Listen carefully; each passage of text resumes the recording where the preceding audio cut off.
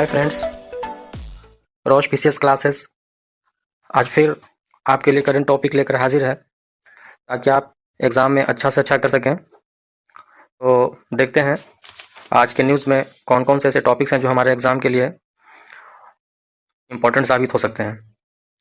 जैसे collegium system, OIC, प्रत्यक्ष लाभ अंतरण, e commerce, Kartarpur Sahib, operation Sankalp, rapid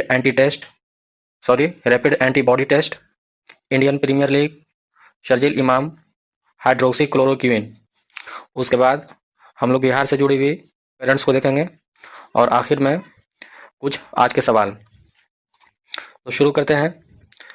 पहला टॉपिक कॉलेजियम सिस्टम।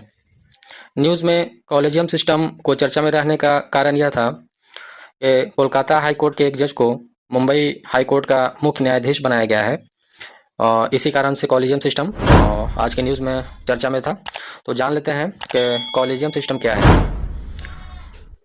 क्योंकि कॉलेजियम सिस्टम का संबंध न्यायिक क्षेत्र से है और यह हाई कोर्ट और सुप्रीम कोर्ट में होता है।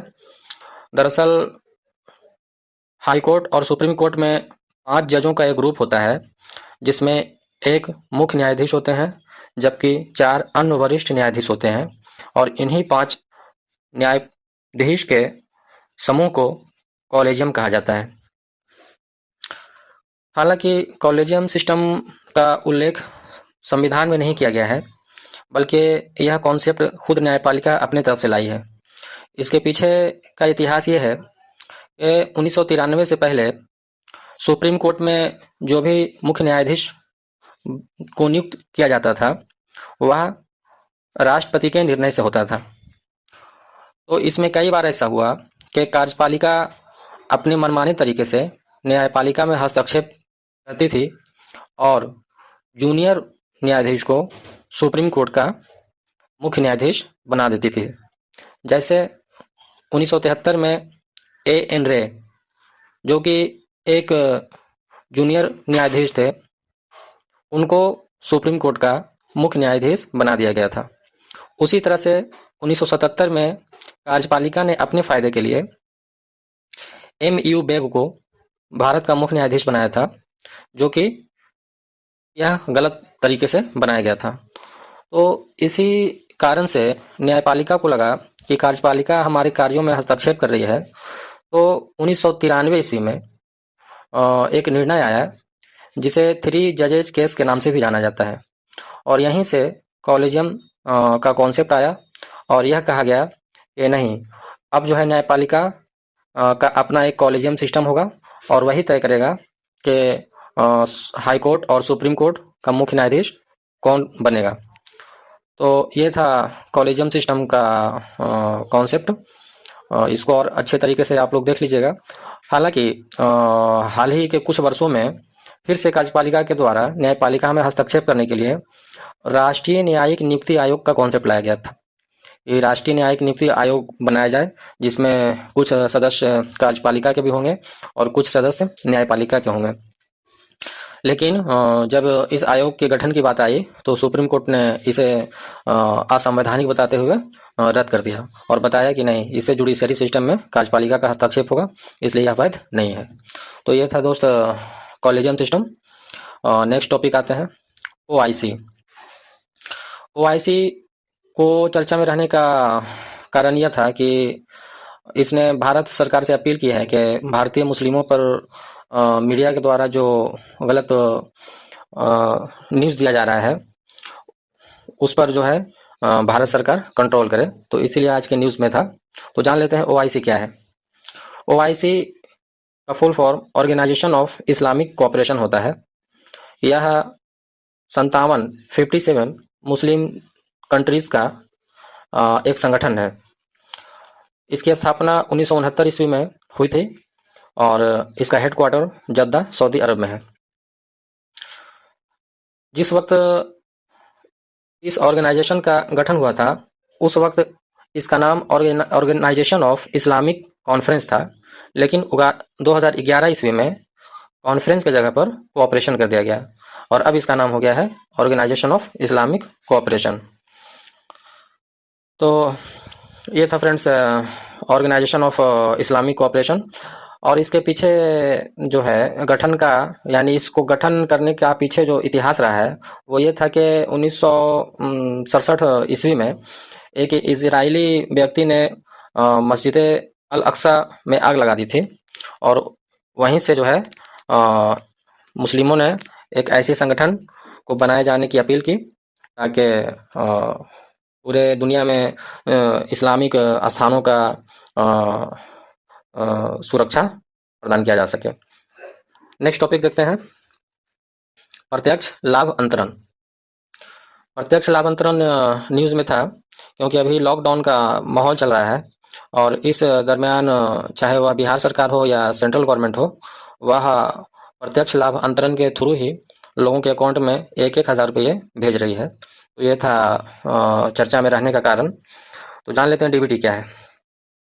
डीबीटी का पूरा नाम डायरेक्ट बेनिफिट ट्रांसफ़र है, जिसे हिंदी में प्रत्यक्ष लाभ अंतरण कहते हैं। इस पहल की शुरुआत गवर्नमेंट ऑफ इंडिया ने 2013 में की थी, जिसके तहत यह कहा गया था कि एक व्यक्ति अपने एक बैंक अकाउंट को आधार कार्ड से लिंक करेगा। हालांकि एक व्यक्ति के पास तो कई अकाउंट होते थे और वह सभी अकाउंट पर जो है कई तरह के भारत सरकार या बिहार सरकार के स्कीम का फ़ायदा उठा लेते थे। तो इसी करप्शन को ख़त्म करने के लिए गवर्नमेंट ने क्या किया, बोला कि हर व्यक्ति अपना एक बैंक अकाउंट देगा जो कि आधार कार्ड से लिंक होगा और उसी अकाउंट पर उस व्यक्ति को सभी सरकारी योजनाओं का लाभ पहुंचाया जाएगा। जैसे आज के डेट में उज्ज्वला योजना के तहत जो गैस सब्सिडी दिया जाता है, या स्कॉलरशिप का मामला हो या पेंशन का मामला हो, ये सब जो है व्यक्ति के अकाउंट में डीबीटी के तहत ही आता है और वह अकाउंट पे आता है जो आधार कार्ड से लिंक था। इसका कॉन्सेप्ट जो है यूपीए की गवर्नमेंट ने लाई थी और अभी यह बहुत ज़्यादा फेमस हो चुका है। तो ये था फ्रेंड्स प्रत्यक्ष लाभ अंतरण। आगे जो टॉपिक है वो है e commerce. E commerce news में था, इसके बारे में कहा गया था कि गृह मंत्री, भारत के जो गृह मंत्री हैं अमित शाह, उन्होंने कहा है कि लॉकडाउन के दौरान यानी 20 अप्रैल से वैसे सामान को अभी परचेज यानी खरीद बिक्री ना करें जो कि आपके लिए ज़रूरी नहीं है, यानी जो बिल्कुल ज़रूरी है उसी को आप ई कॉमर्स के ज़रिए खरीद बिक्री करें, बाकी को नहीं करें। इसीलिए यह चर्चा में था। तो जान लेते हैं कि ई कॉमर्स क्या है। ई कॉमर्स यानी इलेक्ट्रॉनिक कॉमर्स कहते हैं, जिसे इलेक्ट्रॉनिक व्यवसाय कहते हैं। इंटरनेट के ज़रिए वस्तु और सेवाओं की खरीद बिक्री करना ई कॉमर्स कहलाता है।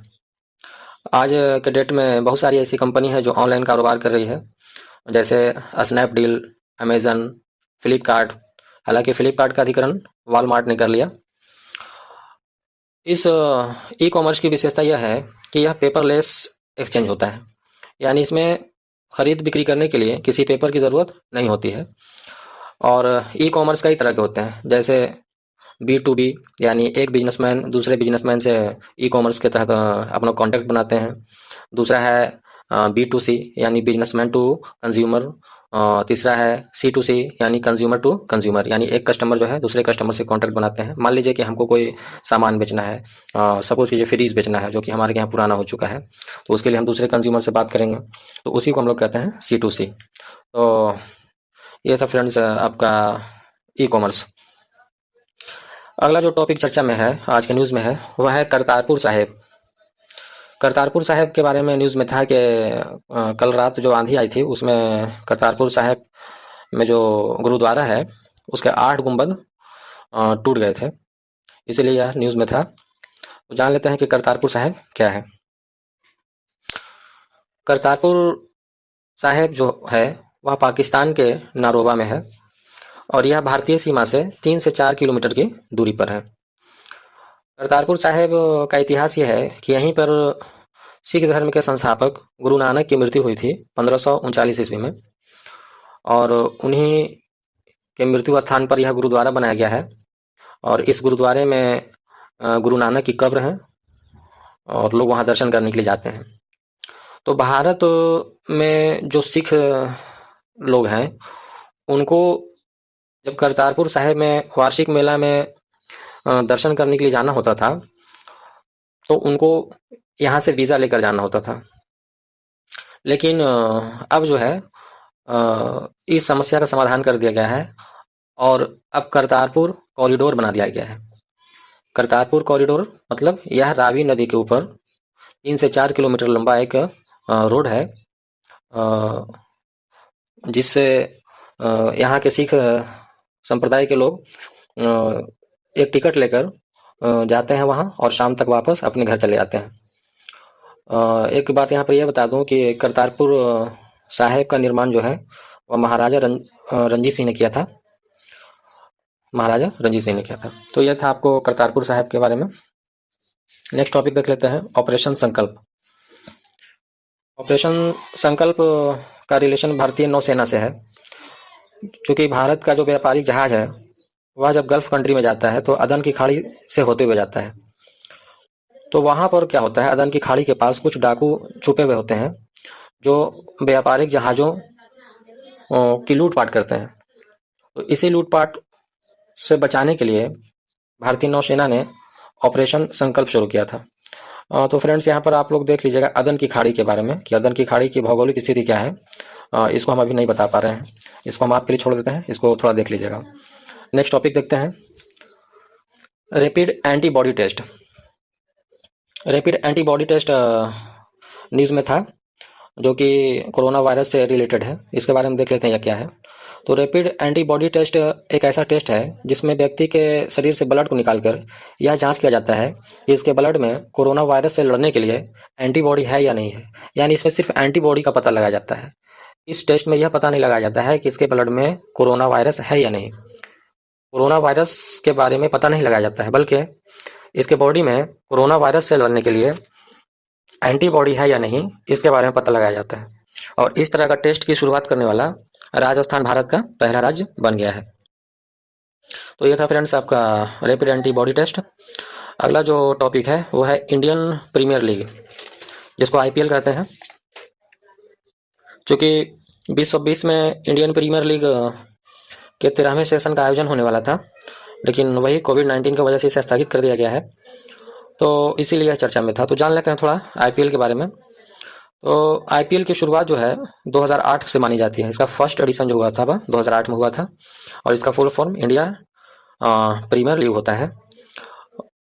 तो इसी 13वें बर्थडे के मौके पर, यानी 2020 में जो इसका बर्थडे मनाया गया है 13वां, उसी के मौके पर आईपीएल ने अपना सर्वश्रेष्ठ कप्तान चुना है, सर्वश्रेष्ठ बल्लेबाज चुना है। उसके बारे में जान लेना है क्या है।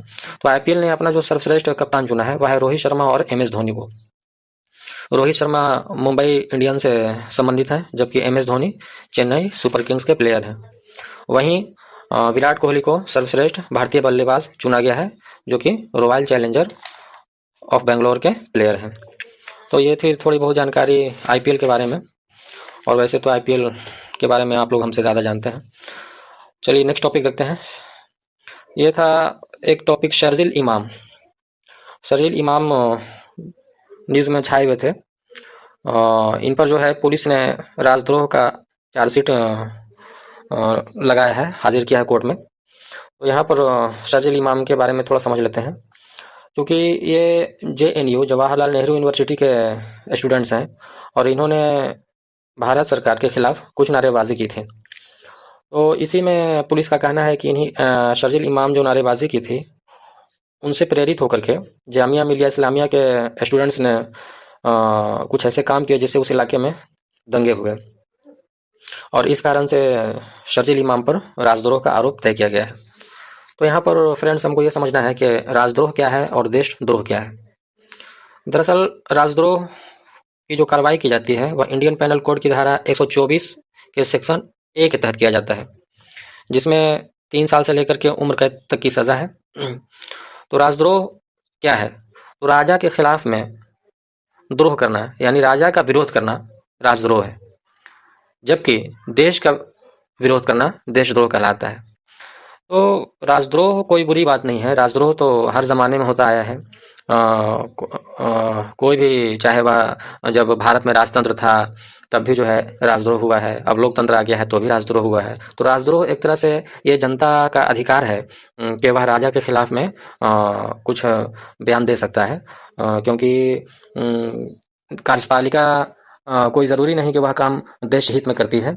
बहुत सारा काम ऐसा करती है जो वह अपने स्वार्थ के लिए करती है, तो उसके खिलाफ में बोलना कोई बुरी बात नहीं है। लेकिन आजकल जो है वो धारा 124 ए को कार्यपालिका अपने हथियार के रूप में इस्तेमाल कर रही है।